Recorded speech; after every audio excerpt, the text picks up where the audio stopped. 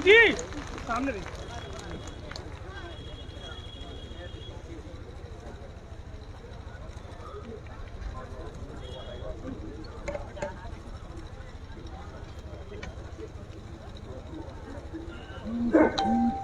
अब मैं आपके बीच में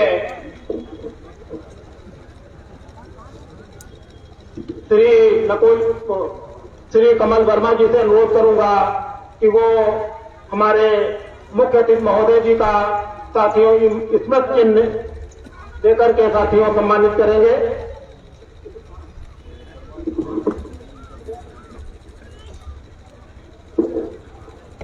सबसे पहले मैं श्री सुनील पांडे से अनुरोध करूंगा कि वो हमारे मुख्य अतिथि जी का स्मृति चिन्ह देकर स्वागत करें।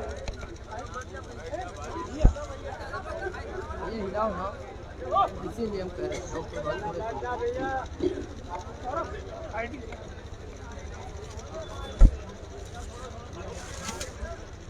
हैं हिलाओ ना प्लीज।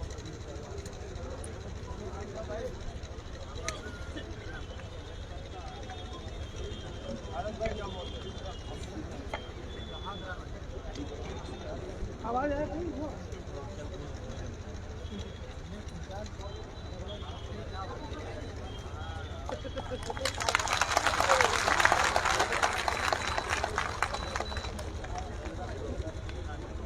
मैं आप श्री कमल वर्मा से कहूंगा कि हमारे मुख्य अतिथि जी का स्मृति चिन्ह देकर स्वागत करें।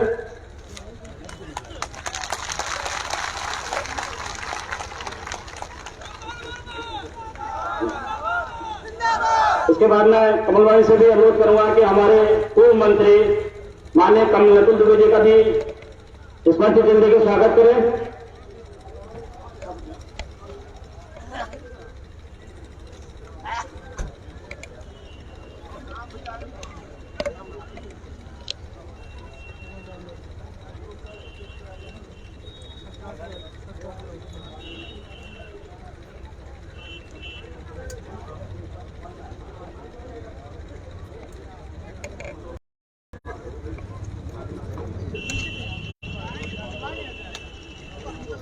इसके बाद मैं कमलवाणी से अनुरोध करूंगा कि हमारे राष्ट्रीय प्रवक्ता बहुजन समाज पार्टी के मुख्य सेक्टर प्रभारी माननीय फैजान खान जी का भी स्मृति चिन्ह देकर स्वागत करें।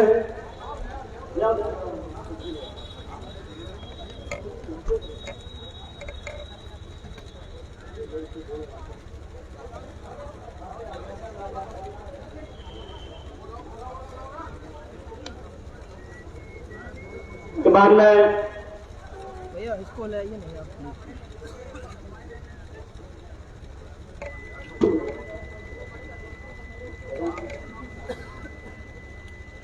इसके बाद में कमल वर्मा जी से अनुरोध करूंगा कि हमारे लखनऊ मंडल के मुख्य सेक्टर संयोजक माननीय विनय कश्यप जी का भी स्मृति चिन्ह देकर स्वागत करें।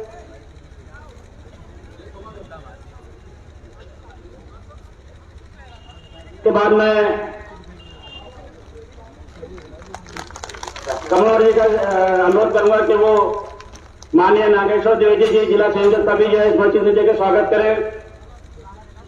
इसके बाद में मुख्य सेक्टर संयोजक राकेश गौतम जी का भी स्मृति चिन्ह देकर स्वागत करें।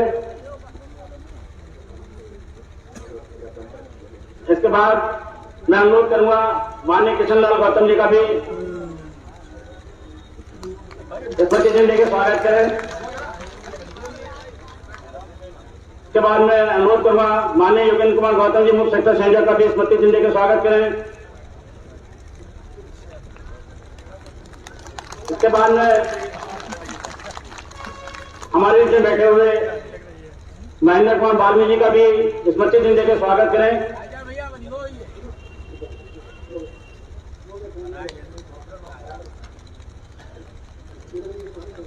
इसके बाद में कमांडर से अनुरोध करूंगा कि हमारे बीच में मुख्य सेक्टर संयोजक योगेंद्र कुमार गौतम जी का भी स्मृति चिन्ह देकर स्वागत करें। इसके बाद हमारे कई प्रदेश के रहे प्रभारी मुख्य सेक्टर प्रभारी माननीय डॉक्टर राम कुमार पुरी जी का भी स्मृति चिन्ह देकर स्वागत करें।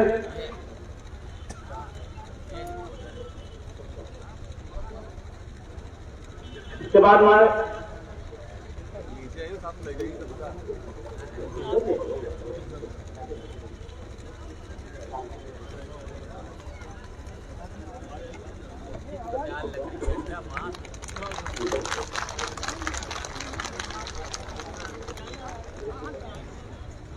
सवाल उत्तर प्रदेश सरकार के रहे पूर्व मंत्री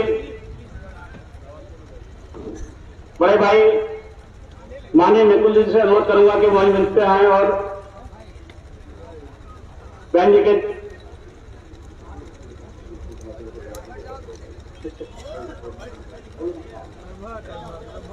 मैं अनुरोध करूंगा गोपामाओं से आए श्री अनवर खान और बबलू जी से अनुरोध करूंगा कि आए और हमारे मुख्य अतिथि और विशेष अतिथि जी का माला पहना के स्वागत करें।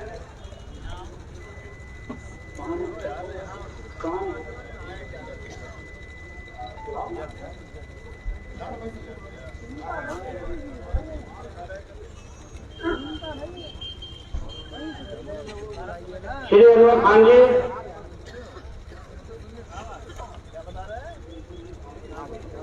इलेक्ट्रिक स्वागत होगा अभी।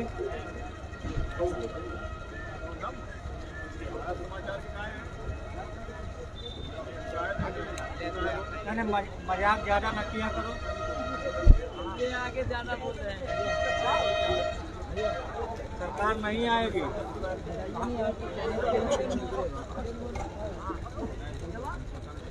समाचार देख रहे हैं ना।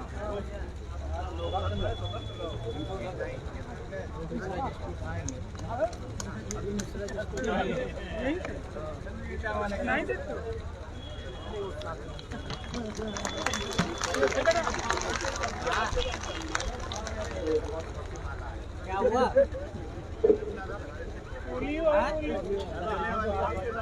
शुरू हो गई? हम बोले थे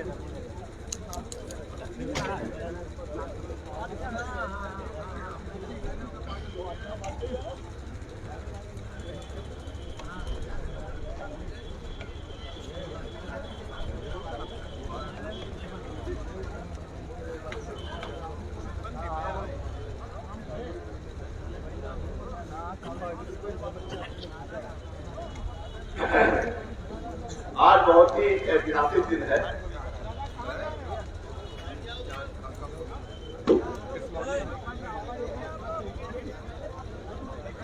सर्वप्रथम भारतीय संविधान के रचयिता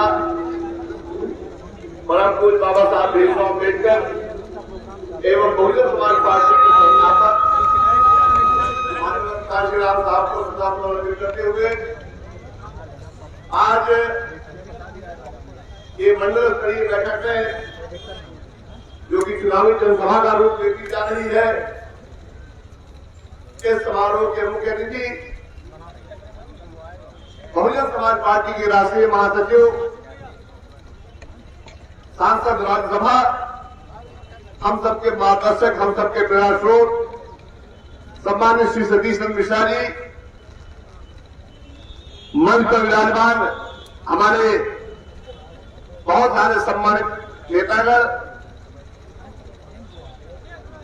देश की राजधानी नई दिल्ली से पधारे सफाई मजदूर संघ के सम्मानित राष्ट्रीय अध्यक्ष श्री महेंद्र वाल्मीकि जी, हमारे छोटे भाई श्री आर बाग जी, संतोष वाल्मीकि जी, राम बाबू धानुक जी, संजय, हमारे बहुत सारे संजय वाल्मीकि जी हैं, हरीश धानुक जी, विवेक धानुक जी और हमारे ढेर सारे पदाधिकारी यहाँ पर मौजूद हैं। मैं आप सबका स्वागत करता हूँ, आप सबका सम्मान करता हूँ और आप सबके माध्यम से आज ये आह्वान करने के लिए आया हूँ कि हम सब लोग साथ मिल करके, सब लोग एकत्रित होकर के आदरणीय बहन कुमारी मायावती जी को 5वीं बार इस प्रदेश का मुख्यमंत्री बनाने का संकल्प लेकर के यहाँ से जाए। बहुत पीड़ हो चुकी, आप लोगों ने बहुत कष्ट सह लिया।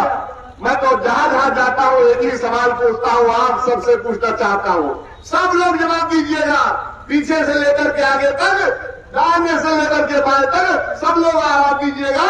अगर मेरी बात सही है तो हाँ कहिएगा, नहीं तो नहीं कहिएगा।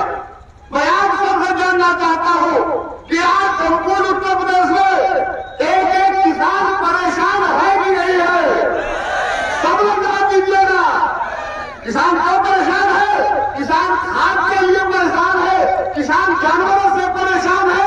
आज किसानों के घर में 2 वक्त की रोटी बनना मुश्किल हो गई है और कहते हैं भैया हमारे राम राज्य हो गया। मैं आप सबसे जानना चाहता हूं कि जो हमारा नौजवान पढ़ा लिखा है, जो हमारे नौजवान बेरोजगार है, वो परेशान है कि नहीं परेशान है? जोर से बोलिए, परेशान है कि नहीं है? अगर परेशान है तो हम लोग क्या हाथ पर हाथ भरे बैठे हैं? कुछ करना चाहिए, नहीं करना चाहिए?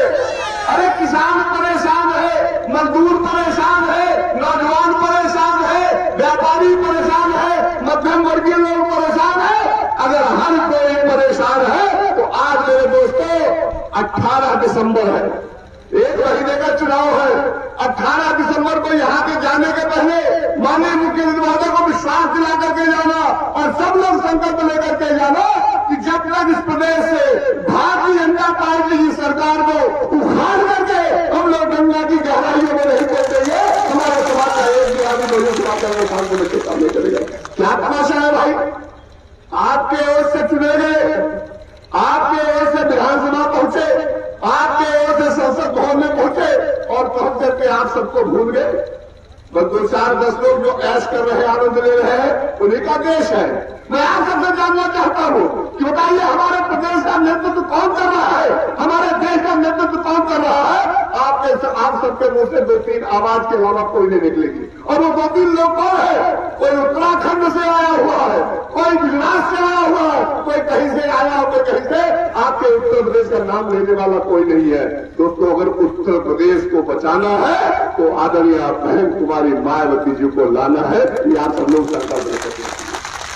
मैं आपके बीच में और मुख्यमंत्री महोदय के बीच में बाधा नहीं बनना चाहता हूं, लेकिन इतना जरूर करके जाना चाहता हूं कि माननीय मुख्यमंत्री महोदय को उनकी एक एक बात को सुन करके जाइएगा, उनकी एक एक बात को गांठ में बांध करके ले जाइएगा और ले जाकर के घरों में अपने अपने मत रख दीजिएगा। उस बात को पूरे मोहल्ले में, पूरे गांव में, पूरे कस्बे में आज सांडी के माध्यम से पूरे हरदोई में संदेशा चला जाए कि हाथी ने चिढ़ाना चालू कर दिया है, हाथी ने धुन उड़ाना चालू कर दिया है, हाथी की ललकार आज पूरे प्रदेश में कूदने का काम कर रही है। क्यों न करे भाई? 2007 से 12 आपको याद है, बहुजन समाज पार्टी की सरकार हुआ करती थी। मुझे भी सांडी के बहुत लोगों का प्यार मिला। हम 2008 के उपचुनाव में आपके बीच में घर घर में आने का मौका मिला था और आप सब लोगों ने लाखों लेकर के बहुजन समाज पार्टी ने प्रत्याशी को दिलाने का काम किया था। फिर वही रंग होना चाहिए, फिर वही उत्साह होना चाहिए, चाहे वो मल्लावा बलराम हो, चाहे वो आपका सांडी हो, चाहे वो आपका गोपामऊ हो, चाहे वो आपका बालामऊ, चाहे आपका हरदोई हो, चाहे शाहबाद हो। हर जगह संदेशा जाना चाहिए कि हाथी अब निकल चुका है, हाथी के सामने कोई टिकने वाला नहीं है। मंजूर है? मंजूर है? आवाज आ जाए। जय भीम, जय भीम, जय भीम। बहुजन समाज पार्टी जिंदाबाद, बहुजन समाज पार्टी जिंदाबाद। आवाज और बुलंद आनी चाहिए और ललकार करके आवाज आनी चाहिए, पूरा बखरका तक हल्ला मचा है। ठीक है?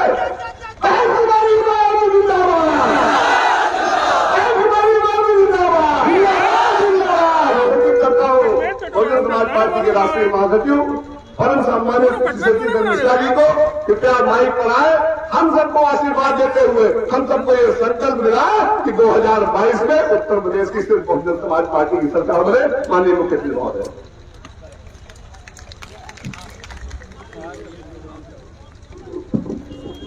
बहुजन समाज पार्टी जिंदाबाद, जिंदाबाद। बहुजन समाज पार्टी जिंदाबाद, जिंदाबाद। बीएसपी का प्रचार, बीएसपी का प्रचार, बहन कुमारी मायावती जी जिंदाबाद, जिंदाबाद। बीएसपी का प्रचार, नीला झंडा जिंदाबाद, जिंदाबाद, जिंदाबाद, जिंदाबाद। साथियों बहुत जोरदार साथियों आप लोग नारा लगाइए मेरे साथ जैसे अभी पहले लगा चुके हैं। नीचे चले जाओ। बहुजन समाज पार्टी जिंदाबाद, बहुजन समाज पार्टी जिंदाबाद, हमें प्रदेश चंद्र मिश्रा जिंदाबाद, हमें प्रदेश चंद्र मिश्रा जिंदाबाद। बीएसपी की क्या पहचान, आपकी निशान।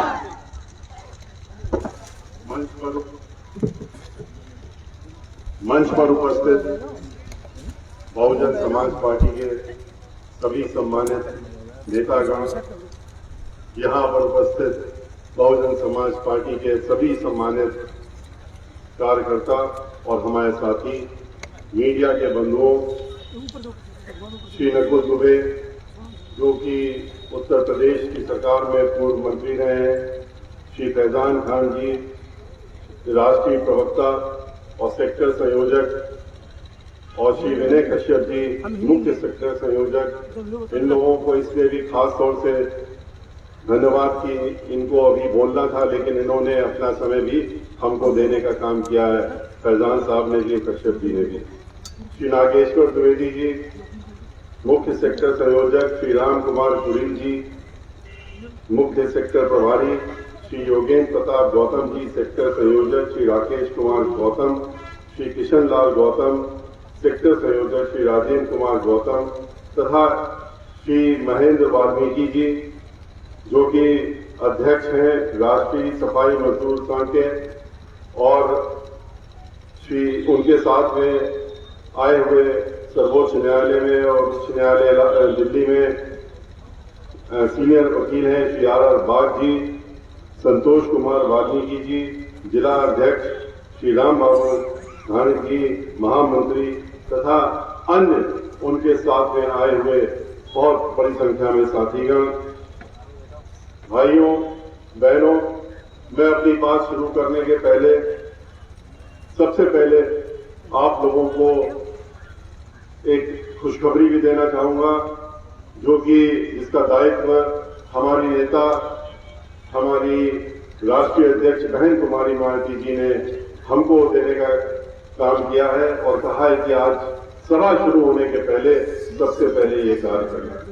श्री कमल वर्मा जी हमारे बीच में है पासी समाज से, इनको हमारी पार्टी की मुखिया बहन मायावती जी ने सांडी विधानसभा से प्रत्याशी घोषित करने का काम किया है और इनका हम लोग स्वागत करते हैं। और इनको आपके बीच में बहन मायावती जी ने आशीर्वाद देने के बाद आपका आशीर्वाद प्राप्त करने के लिए भेजा है और मुझे पूरी उम्मीद है कि जिस तरीके से आज यहाँ पर जन सैलाब इकट्ठा हुआ सांडी में, कि अब की बार कोई भी ताकत जितनी भी लगा ले, लेकिन बहुजन समाज पार्टी के हमारे ये प्रत्याशी श्री कमल वर्मा जी जरूर विधानसभा में पहुंचने का काम करेंगे और ऐसे ही नहीं पहुंचेंगे, औरों की जो उनके विरोधी हैं उनकी जमानत जब्त करा करके पहुंचने का काम करेंगे। भाइयों, आज 18 तारीख हो गई है और लगभग आज से 12-13 दिन के बाद इलेक्शन कमीशन ऑफ इंडिया जो है वो घोषणा कर देगा। किस बात की घोषणा करेगा? चुनाव की घोषणा। विधानसभा 2022 में होने वाले चुनाव की घोषणा हो जाएगी। तो विधानसभा में चुनाव की जो समय बचा है वो अब सिर्फ आपके बीच में 12 से 13 दिन बचा है, इसके अलावा नहीं बचा है। इन 12 से 13 दिनों में आपको ये देखना होगा कि चुनाव हमें जब जीतना है और हमें इस मंडल की सभी सीटों को जीतना है और खास तौर से जो हमारी यहाँ पर रिजर्व सीटें हैं, वो जितनी भी रिजर्व सीटें हैं उनका हम लोगों ने एक संकल्प लिया हुआ है कि वो 86 की 86 सीटें जिता करके हम लोग बहन मायावती जी को देने का काम। सन 2007 में 84 सीटें थी, हम लोग तब 62 सीटें जीते थे, लेकिन अब की बार हम लोग 86 सीटों में से 86 सीटें जीत करके और बहुजन समाज पार्टी के प्रत्याशी जो है उनको जिता करके बहन मायावती जी को देने का काम करेंगे। आपको इस कार्य के लिए लेकिन बहुत मेहनत करनी पड़ती। खाली घर बैठने से या आपस में बैठ करके चर्चा करने से काम नहीं चलने वाला। आपको बाहर निकलना पड़ेगा और बाहर निकल करके बहुजन समाज पार्टी उसकी क्या सोच है, उसकी क्या नीति है, सर्वजन के बारे में क्या सोचती है, उसको बताना होगा। और उसको बताने के साथ साथ में फिर समाजवादी पार्टी और भारतीय जनता पार्टी, इन्होंने भी अपने 5-5 साल के कार्यकाल गुजार लिए। इनको भी लोगों ने देख लिया है, इनके बारे में सभी को मालूम है, लेकिन आपको दोबारा से इनको सबको याद दिलाना पड़ेगा। बताइए कि किस तरह से बहन मायावती जी का राज्य चला था। 2007 के पहले हमारे मीडिया के साथी और जो बाकी लोग थे वो कहते थे बहुजन समाज पार्टी की तो 30 से 35 सीटें आने वाली, लेकिन जब नतीजा आया था तो हम लोगों ने पूर्ण बहुमत की सरकार बनाई थी। और अपनी बार भी यही होने वाला है।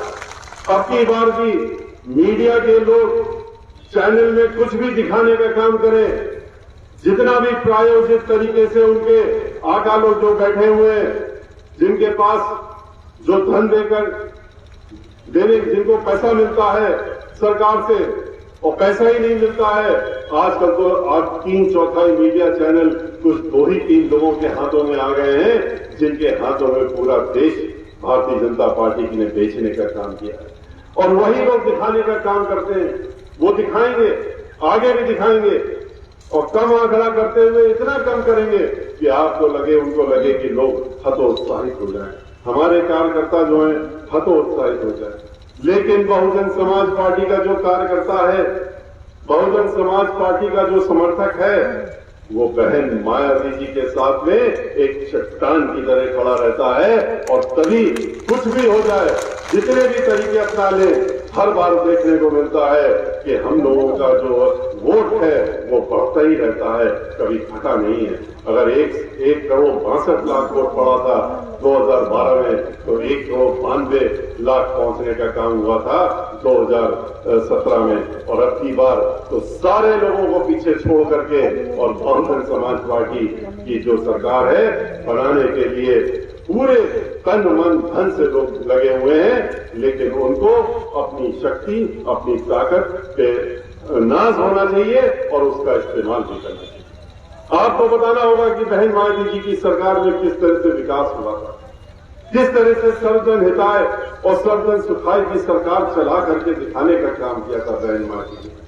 कोई भी जाति हो, कोई भी धर्म हो, सब धर्म को लेकर के, हर जाति को लेकर के, चाहे अपर कास्ट समाज हो, चाहे पिछड़ा वर्ग हो और चाहे पिछड़े वर्ग समाज के लोग हों, चाहे मुस्लिम वर्ग समाज के लोग हों, चाहे दलित समाज के लोग हों, बहन मायावती जी ने सबको लेकर के चलने का काम किया। जब सरकार बनाई थी तो अपनी सरकार में सबको उचित स्थान देने का काम किया था। कोई भी व्यक्ति ये नहीं कह पाया किसी भी समाज का कि हमारा प्रतिनिधित्व रह गया। सबका प्रतिनिधित्व देने का काम किया। और चाहे वो मुस्लिम समाज के लोग हों, चाहे वो ब्राह्मण समाज के लोग हों, चाहे वो दलित समाज के लोग हों, चाहे पिछड़ा वर्ग समाज के लोग। ब्राह्मण समाज के लोगों ने पूरी ताकत झोंक करके, अपना तन मन धन लगा करके हमारे आह्वान पर 2005 से 7 में भाईचारा बनाते हुए और पूरे प्रदेश में भूचाल लाने का काम किया था। अब की बार भी 23 जुलाई 2020 से जब हम बाहर निकले थे, 21 में बाहर निकले, तो उसके बाद पूरे प्रदेश के 75 जिलों में हम गए थे। और ब्राह्मण समाज के लोग हजारों की संख्या में फिर से निकल करके आए और उन्होंने कहा कि हम संकल्प लेते हैं कि अब की बार 2007 से ज्यादा मजबूती के साथ में अब की बार हम बहुजन समाज पार्टी में भाईचारा बना करके और अपना वोट डालने और डलवाने का काम करेंगे और सरकार बनवाने का काम करेंगे। अल्पसंख्यक समाज के लोग तो उतावले हो करके समय गिन रहे हैं, देख रहे हैं कि कब ये समय इनका पूरा होगा, कब 2 महीने और निकलेंगे और कब फिर हमको बहुजन समाज पार्टी की सरकार देखने को मिलेगी। जो आज दहशतगर्दी का माहौल फैला रखा है, जो आज लोगों को डराने धमकाने का माहौल बना रखा है, इससे सभी लोग निजात पाना चाहते हैं, चाहे वो अल्पसंख्यक समाज के लोग हों, चाहे वो ब्राह्मण समाज के लोग हों और चाहे अन्य समाज के लोग हों। आज जिस तरीके से ब्राह्मण समाज के ऊपर इन्होंने खुलेआम अत्याचार करना शुरू किया है, वो किसी से छिपा नहीं।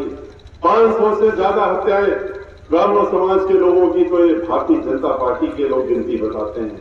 100 से ज्यादा इनकाउंटर इनके जो नेता, बड़े भारी नेता कांग्रेस में थे, उन्होंने जब भारतीय जनता पार्टी ज्वाइन की तो उसके पहले चिट्ठी लिख करके नाम लिखते हुए और 100 से ज्यादा इनकाउंटर ब्राह्मण समाज के उसका खुलासा करने का काम। ऐसी सरकार चल रही है जिसमें दलित समाज बिल्कुल भी सुरक्षित नहीं है। दलित समाज की बहु बेटियां सुरक्षित नहीं है। अन्य समाज के साथ साथ की तरह किस तरीके से हाथरस का कांड हुआ सबने देखा। किस तरीके से हाथरस में एक दलित समाज की बेटी हम लोगों की जो थी उसके साथ में किस तरह से पहले उसका बलात्कार होता है और उसके बाद जब वो मर जाती है तो उसका मृत शरीर भी उनके घर वालों को नहीं दिया जाता। उनकी माँ, बहन, बेटी और बहनें, पिता रोते रहे, चीखते रहे कि हमको शरीर तो दिखा दो, अंतिम संस्कार कर लेने दो। लेकिन उनका जिला अधिकारी का कहना था कि नहीं, हमारे पास आदेश है, हमारे मुखिया का आदेश है, लखनऊ से मुख्यमंत्री ने आदेश दिया है कि हम खुद देख रहे हैं टेलीविजन में बैठ करके, इसका मृत शरीर किसी भी हालत में उनके घर वालों को मत देना और उसको जलाने का काम तुम लोग करो। और फिर किस तरीके से 2:30 बजे रात में आपने देखा कि मिट्टी का तेल डाल करके उसके शरीर को जलाने का काम किया। इससे ज्यादा घृणित कार्य कोई सोच नहीं सकता, लेकिन इन्होंने करने का काम किया क्योंकि उनका कहना था कि इसमें जो लोग फंसे हुए हैं, जो लोग गंदगी जिन्होंने की है, वो हमारे अपने लोग हैं, उनको बचाना है। ठीक उसी प्रकार का ये वक्तव्य सुनने को मिला जैसा कि समाजवादी पार्टी की सरकार में उस समय के जो मुखिया थे, जो उन्होंने कहा था कि जब बलात्कारियों के बारे में जब बात उठी कि आपके जब वो मुख्यमंत्री थे 2003 से लेके और 7 के बीच में, तो उनसे कहा गया कि रोज बलात्कार हो रहे हैं, सैकड़ों की संख्या में बलात्कार के बढ़ते जा रहे हैं, आप क्या कह रहे हैं, क्या कर रहे हैं? तो उन्होंने कहा था ये तो लड़के हैं, नौजवान हैं, उनसे इस तरह की होती रहती है गलतियां, उनको नजरअंदाज करना चाहिए। इस तरह की सोच भारतीय जनता पार्टी और समाजवादी पार्टी, इनकी दोनों की सोच मिली जुली है और इसीलिए लोग मिलजुल करके काम करते हैं। देखा नहीं आपने किस तरीके से दंगे फसाद जो होते हैं ये मिल करके कराते हैं। 134 दंगे हमारे मुस्लिम समाज के भाई लोग भूल नहीं सकते। 134 दंगे समाजवादी पार्टी की सरकार में हुए। दंगे होते नहीं है, दंगे कराए जाते हैं, सबको मालूम। अगर दंगे होते हैं तो फिर बहन मायावती जी की जब सरकार थी तो एक भी झगड़ा फसाद दंगा क्यों नहीं हुआ? क्योंकि वहां वो भाईचारा बना के चलती थी सबको लेकर के। पर समाजवादी पार्टी और भारतीय जनता पार्टी वो एक दूसरे को उकसाने का काम करते हैं, भड़काने का काम करते हैं, मिलजुल कर तय करते हैं कि हम ये बोलेंगे तो तुम ये बोलना और इससे एक उन्माद फैलेगा। इस तरह की कोशिश करते हैं और इसीलिए हम लोग कहते हैं कि भारतीय जनता पार्टी और समाजवादी पार्टी एक ही सिक्के के दो पहलू हैं। ये लोग एक ही सिक्के के दो पहलू हैं, इसको तो उन्होंने पहले ही साबित कर दिया था। 2003 में याद करिए जब बहुजन समाज पार्टी के 37 MLA भारतीय जनता पार्टी के तत्कालीन अध्यक्ष उन्होंने लेकर के और समाजवादी पार्टी में विलय कराया था और कांग्रेस पार्टी ने उसमें समर्थन देने का काम किया था, तो किसकी सरकार बनी थी? समाजवादी पार्टी की सरकार बनवाई थी उन्होंने। किस तरीके से इन लोगों की तस्वीरें, फोटोएं देखने को मिलती हैं एक दूसरे के साथ में। समाजवादी पार्टी की सरकार बनाने में भारतीय जनता पार्टी ने पूरी ताकत लगाई और बनवाने का काम किया। वो बात दूसरी है कि वो मसला बाद में सर्वोच्च न्यायालय तक गया, उच्च न्यायालय में किया, सर्वोच्च न्यायालय में भी किया और वहां पर इन्होंने पूरे देश के बड़े बड़े वकील जो हो सकते हैं 30-30 वकील खड़े किए थे, 37 लोग थे, 37 वकील खड़े किए थे। लेकिन बहुजन समाज पार्टी की तरफ से बहन मायावती जी ने ये जिम्मेदारी हमारे कंधों पे डाली थी और अंततः उच्च न्यायालय हो और चाहे सर्वोच्च न्यायालय की 5 जजों की पूर्ण पीठ हो, उसमें भी हम लोग जीते थे और इनका आदेश निरस्त हुआ। बहुजन समाज पार्टी की जब मुखिया कुर्सी पर बैठती है, कुर्सी पर बैठते ही कानून अपने आप समझ जाता है, पूरे प्रदेश की कानून व्यवस्था अपने आप ठीक हो जाती है। क्यों? क्योंकि वो कानून द्वारा कानून का राज चलाना जानती है। वो अपने और पराए और ये मेरा है, ये दूसरा है, इसका फर्क नहीं करती। जिसने भी कानून अपने हाथ में लिया उसको वो बख्शती नहीं है, चाहे वो कोई हो, चाहे वो अपना हो और चाहे दूसरा हो।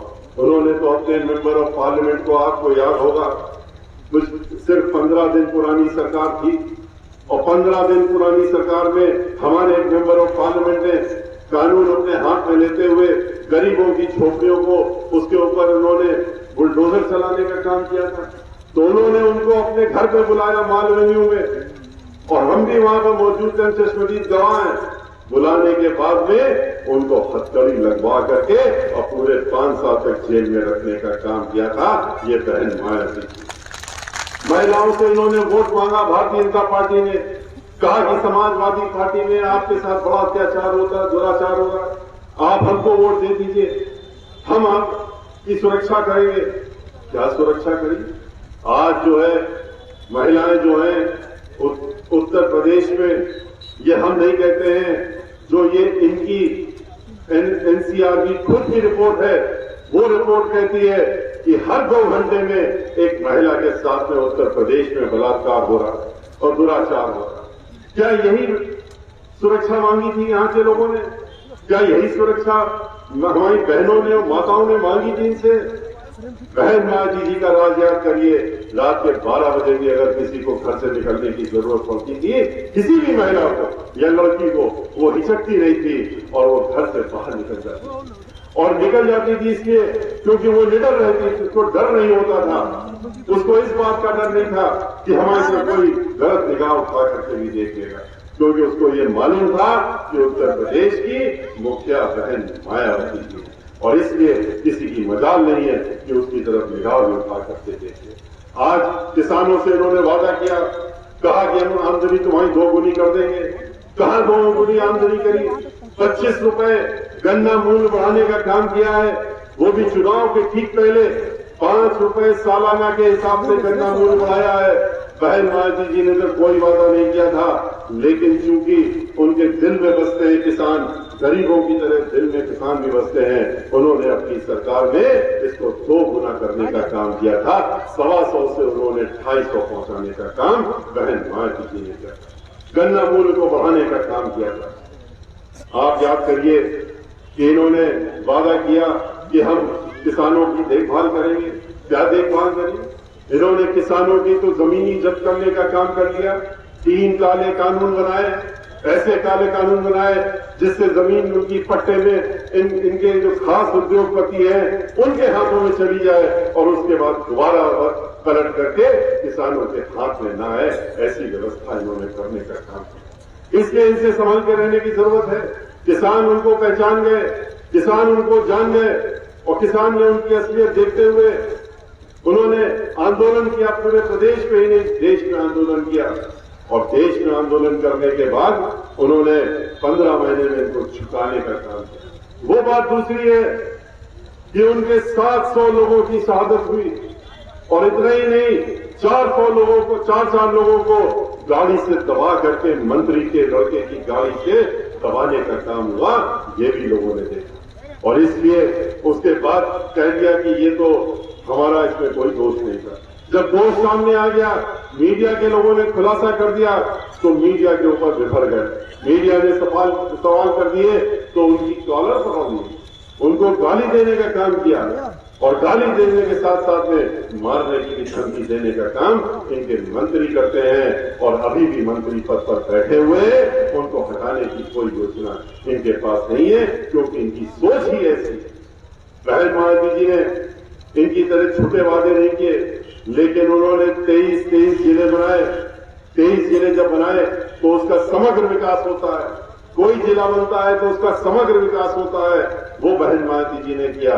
उन्होंने 29,500 डॉक्टर अम्बेडकर गांव जो थे, उन्होंने उसमें सीसी रोड लगा करके, पक्की सड़कें बना करके उसका समग्र विकास करने का काम किया। उन्होंने 29,000 प्राइमरी स्कूल बनाने का काम किया। उन्होंने इतना ही नहीं, उन्होंने 5,000 से ज्यादा जूनियर हाई स्कूल भी बनाए। आधा दर्जन उन्होंने यूनिवर्सिटी बनाई अंतर्राष्ट्रीय स्तर की और मेडिकल कॉलेज भी बनाने का काम। विकास उन्होंने हर तरफ करने का काम किया। उत्तर प्रदेश में बिजली जो थी वो सिर्फ 6,500 मेगावाट बनती थी, उन्होंने उत्तर प्रदेश को अंधेरे से उजाले की तरफ ले जाते हुए 13,500 मेगावाट की बिजली का उत्पादन अपने रहते रहते करने का काम बहन मानसी जी ने किया। आज ये लोग झूठे वादे करते हैं, खाली नौजवानों से कहा कि हम तुमको 2 करोड़ नौकरी दे देंगे। कौन सी नौकरी थी? 2 करोड़ नौकरी तो नहीं दी। नौकरी लेने का काम जरूर किया इन्होंने, और किस तरह से किया कि जहां जहां नौकरियां मिलती थी, जितने भी सरकारी उपक्रम थे, जहां पर रिजर्वेशन से नौकरी मिलती थी, जहां बगैर रिजर्वेशन से भी नौकरी मिलती थी, उन सबको इन्होंने धीरे धीरे निजी हाथों में बेचने का काम किया। इनके जो 2-3 चुनिंदा उद्योगपति हैं, उन्हीं के हाथों में बेचने का काम किया, और उनको बेच करके वहां पर नौकरी का जो एक इंतजाम होता था उसको खत्म करने का काम किया। चाहे रेलवे हो, चाहे ऑयल कंपनी बनाने की कंपनियां हो, चाहे बैंक हो, तो बैंक को भी प्राइवेट खातों में देने की काम कर दिया। और बैंक कर्मचारी पिछले 2 दिन से हड़ताल पर हैं कि हम निजीकरण के विरोध में, क्योंकि उनको भी जो नौकरी में है उनको भी नौकरी से बाहर निकालने की योजना बनाने का काम कर रहे हैं। इन्होंने लाइफ इंश्योरेंस कॉर्पोरेशन तक को बेचने का काम कर दिया। इन्होंने कुछ नहीं छोड़ा। पूरे देश की संपत्ति जो आपने 75 वर्षों से बनाई थी, अपने पैसा खर्च करके उसको इन्होंने बेचने का काम इनके हाथों में करने का काम। और जब नौकरियां नहीं होंगी तो रिजर्वेशन कहां होगा? रिजर्वेशन खत्म करने का उन्होंने एक नया तरीका निकाला, और उस नए तरीके में उन्होंने योजनाबद्ध तरीके से जितनी भी सरकारी नौकरियां थी उनको खत्म करके और रिजर्वेशन को ही खत्म करने का काम कर रहे हैं। इनका इसलिए हम कहते हैं, जो धर्म का मुखौटा ओढ़ करके और आपको धोखा देने का काम करते हैं, लोगों को दिखाते हैं कि हम बड़े भारी धर्मात्मा हैं, गेरुआ वस्त्र पहन लेंगे, टीका लगा लेंगे, और उसके बाद आपके बीच में आकर के घंटी बजाने का काम करते हैं, और उसके बाद आपसे सब चीजें छीन लेने का काम करते हैं। धर्म के नाम पे इन्होंने आज तक करा क्या? सिर्फ और सिर्फ अधर्म किया। आप चले जाइए अयोध्या, चले जाइए वृंदावन, पूछ लीजिए लोगों से किसने यहाँ पर क्या किया, आपको कुछ नहीं मिलेगा, कोई भी जवाब नहीं मिलेगा। लाखों करोड़ रुपया अयोध्या के नाम से, मंदिर बनवाने के नाम से इन्होंने अपनी जेब में रख लिए, और उसका इस्तेमाल कर रहे हैं अपनी पार्टी चलाने के लिए, अपनी संस्थाओं को चलाने के लिए। इससे बड़ा पाप कौन सा होगा जिसमें आपने भगवान राम के नाम से पैसा लिया और मंदिर बनवाने की जगह आप उसका इस्तेमाल अपने लिए कर रहे हैं? ये वो लोग हैं। जब हम अयोध्या गए 23 जुलाई को, वहां पूरे अयोध्या में घूमे, तो इनका धर्म का चेहरा तो उसी समय सामने आ गया था। अयोध्या का इतना बेहाल उस शहर का, जितना सबसे बदहाल अगर शहर आपने कहीं देखा होगा, उससे ज्यादा बदहाली अयोध्या में नजर आ रही थी। हजारों करोड़ रुपया सरकारी खजाने से भी निकाला इन्होंने अयोध्या के नाम पे, अयोध्या के सौंदर्यीकरण के नाम पे, लेकिन एक नया पैसा भी वहां नहीं लगाया। मंदिर बनाने के नाम पे जो पैसा लगाया था वो तो इन्होंने अपने पास रख ही लिया। जब हम गए, हमने कहा कहां है मंदिर, तो देखा कि वहां तो अभी न्यू भी नहीं खोदना शुरू की है, मंदिर क्या बनेगा? इसलिए इनका असली चेहरा धर्म के नाम पे सामने आता है, और लोगों को लेकिन ये बरगलाने का काम करते हैं। अभी फिर आपके बीच में आएंगे, फिर से अलग अलग तरह की बातें करेंगे। लोग टेलीविजन में अपनी चीजें दिखाने का काम करेंगे, अखबारों में दिखाने का काम करेंगे। 300 करोड़ रुपया अपने ऊपर हर महीना खर्च करते हैं, सिर्फ और सिर्फ अपने विज्ञापनों के लिए। विज्ञापन के लिए जो 300 करोड़ रुपया खर्च करते हैं, अगर इसी रुपए को ये गरीबों के ऊपर लगा देते तो आज स्कूलों की हालत बदहाल नहीं होती। आज लोग कोरोना के दौरान में सड़कों में नहीं मरे होते, अस्पताल के बाहर नहीं मरे होते, ऑक्सीजन के बगैर नहीं मरे होते, वहां पर हजारों की संख्या में डॉक्टर, लाखों की संख्या में लोग डॉक्टर की न होने की वजह से, दवाई के न होने की वजह से, ऑक्सीजन के न होने की वजह से इनकी मृत्यु हो गई और मर गए। लेकिन इनके पास अपने लिए पैसा है, इन चीजों के लिए पैसा नहीं है। किस तरह से सड़कों में चलते चलते लोग लाखों की संख्या में जो दूसरे प्रदेशों में थे, उत्तर प्रदेश के लोग पैदल चल करके आ रहे थे, बच्चों को गोदी में रख करके और नंगे पैर चलवाते हुए लेकर के आ रहे थे, और रास्ते में लोग मरते गए, लेकिन इनके ऊपर कोई असर नहीं हुआ। इतने लोग मर गए कि इनके पास तो मरघट में जगह नहीं मिली, लकड़ी भी नहीं मिली कि उनको लकड़ी मिल जाए जलाने के लिए। गंगा नदी में फेंकने का काम करा, फेंक दिया ऐसे ही लाशों को। इन्होंने गंगा नदी पे, ये वो लोग हैं जिन्होंने बालू में दबाने का काम किया। और जिस तरह से टेलीविजन वालों ने दिखाया उस समय, उन्होंने दिखाने का काम किया, उनकी बधाई कम से कम उन्होंने इनका असलियत खोलने का काम किया था। जानवर लोग जिस तरह से नोच खसोट रहे थे वो भी लोगों ने देखा, वो दृश्य भी लोग देख करके टहल गए थे, वो भी देखने को मिला। लेकिन इनके ऊपर कोई असर नहीं है। ये ताल ठोक करके कहते हैं कोई भी कोरोना में नहीं मरा। अभी परसों विधान परिषद में एक सवाल के जवाब में इन्होंने कहा कि सवाल था कि क्या कोरोना में किसी एक व्यक्ति की भी मौत ऑक्सीजन के बगैर हुई? इनका जवाब था कि एक भी व्यक्ति बगैर ऑक्सीजन के उत्तर प्रदेश में नहीं मरा। इससे ज्यादा झूठ कौन बोलेगा? इससे ज्यादा गलत जो गांव-गांव, घर-घर लोगों ने देखा है, एहसास किया है, जिले-जिले में एहसास किया है।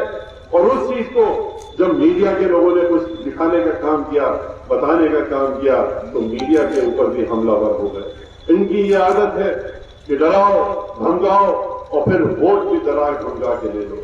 लेकिन अब इनको ये मालूम होना चाहिए कि अब डराने धमकाने का समय गया।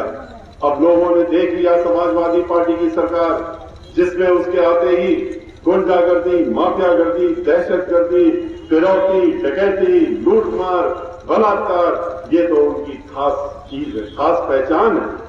वो आते ही जैसे ही बैठेंगे गद्दी में शुरुआत हो जाती है इन सब चीजों की। जैसे कि बहन मां जी जब बैठती हैं तो ये सब चीजें लुप्त हो जाती, खत्म हो जाती। और भारतीय जनता पार्टी जिसके ऊपर बड़ी उम्मीद करके लोगों ने इनके ऊपर अपना वोट देने का काम किया था, इन्होंने तो सभी को पैदल करने का काम किया। नौकरियां लेने के बाद जो भी इनके पास गया, आंदोलन किया, नौजवानों ने आंदोलन किया, टीचरों ने आंदोलन किया, वित्तविहीन शिक्षकों ने आंदोलन किया, तो इन्होंने विधानसभा के सामने क्या किया?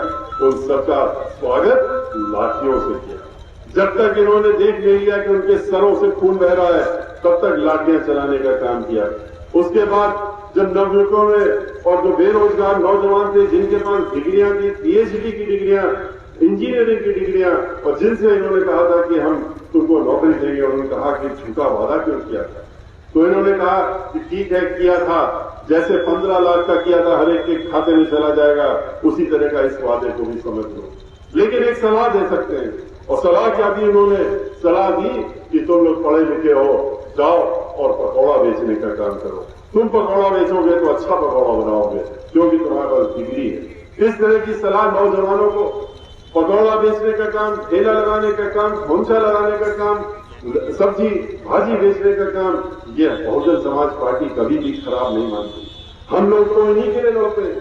हमारी पार्टी ही तो पार्टी गरीबों के लिए लड़ती है और भिड़ती है, धड़कती है, उनके लिए काम करती है, उनका उत्थान की सोचती है।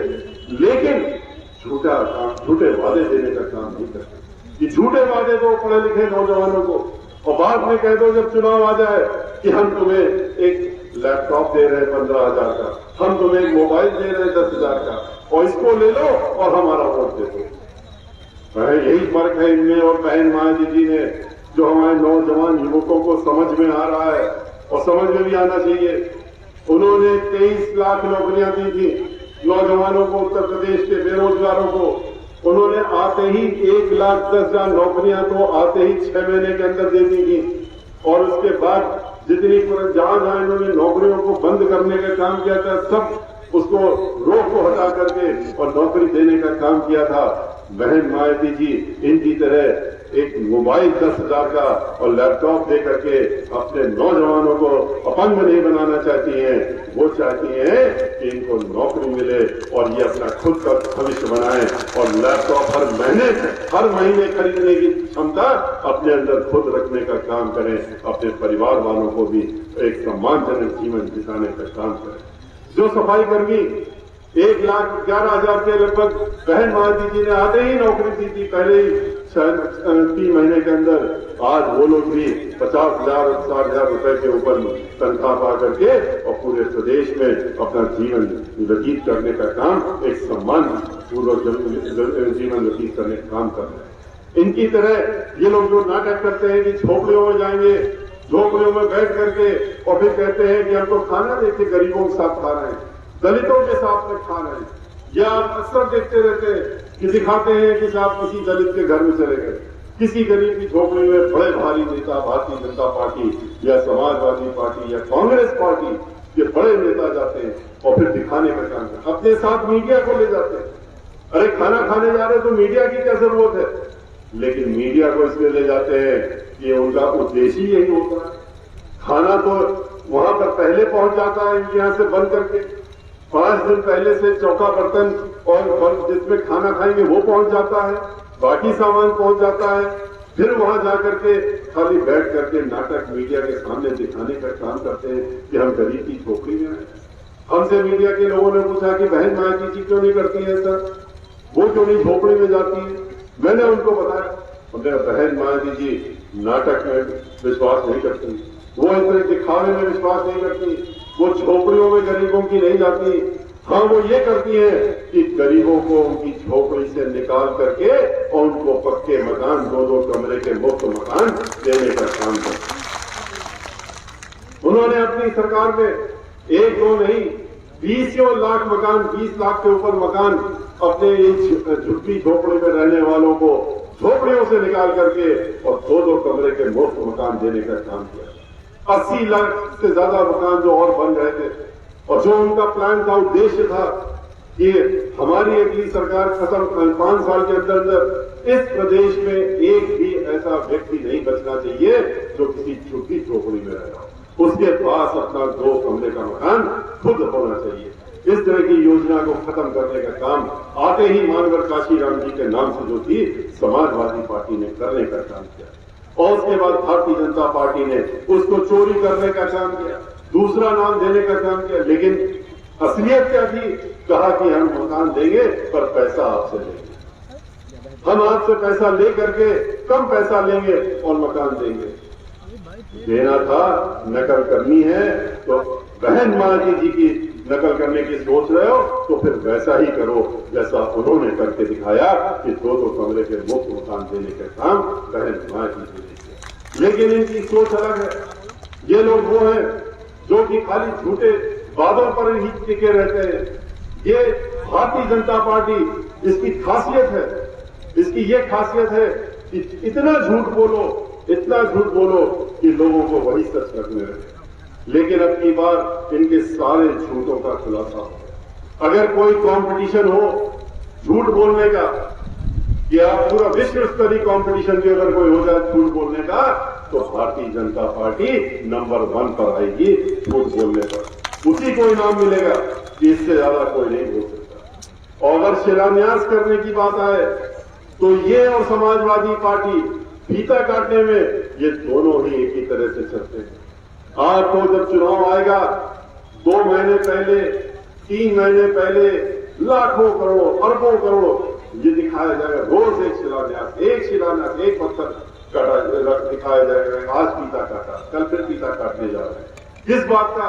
ये किसी को नहीं। नाम दे देंगे कुछ ना कुछ और उसके बाद वहां कोई काम कभी आगे चल के होगा, इसकी उम्मीद कोई नहीं रखता है। क्योंकि जब अगर आपको शिलान्यास ही करना था तो चुनाव के 1 महीने पहले क्यों? ठीक उसी प्रकार से समाजवादी पार्टी ने 250 शिलान्यास किए थे 1 महीने पहले सरकार जाने के, इसी तरह से ये भी कर रहे हैं। अगर शिलान्यास करना है तो जैसे ही सरकार बनी थी वैसे ही करते और 5 साल में बना करके दिखाते, जैसे बहन मायावती जी ने किया। उन्होंने जो भी काम करना था पहले ही वर्ष शुरू कर दिया और शुरू करके अपने 3 साल के कार्यकाल के अंदर ही उन सबको खत्म करने का काम किया। चाहे वो मेट्रो हो, चाहे वो एक्सप्रेस वे हो, चाहे और चीजें हो, उन्होंने बहन मायावती जी ने बनाने का काम किया। चाहे बिजली के उत्पादन की बात हो, चाहे स्कूलों के बनाने की बात हो, हर चीज पहले दिन से कार्यक्रम शुरू, जिससे कि वो सरकार रहते 5 साल के अंदर ये बना करके दे, तब तो सही वादा हुआ, वरना तो झूठा वादा हुआ और झूठ बोलने की बात। इसलिए भाइयों, आपसे हमारा कहना है कि आपने ये बातें सुनी, आपने इसके पहले हमारे सब साथियों की बातें भी सुनी, उन्होंने भी अपनी अपनी बात आपके सामने रखी है। और रखने के साथ साथ में आपने ये भी देखा कि आज हम लोग आपके बीच में जब आए हैं तो आज ऐसा माहौल है पूरे प्रदेश में कि आज बहुजन समाज पार्टी की सरकार बनाने के लोग मुकाबले हो रहे हैं। हम पूरे प्रदेश में घूम चुके, इसलिए हम आपसे कह रहे हैं हर जिले में जैसे आज आप लोग यहाँ इतनी बड़ी संख्या में इकट्ठा हुए, हर जिले में जाकर के इसी तरह का उत्साह देखने को मिला, इसी तरह का एक संकल्प लेते हुए देखने को मिला कि अगली बार हम बहन मानकी जी को उत्तर प्रदेश का 5वीं बार मुख्यमंत्री बनाएंगे।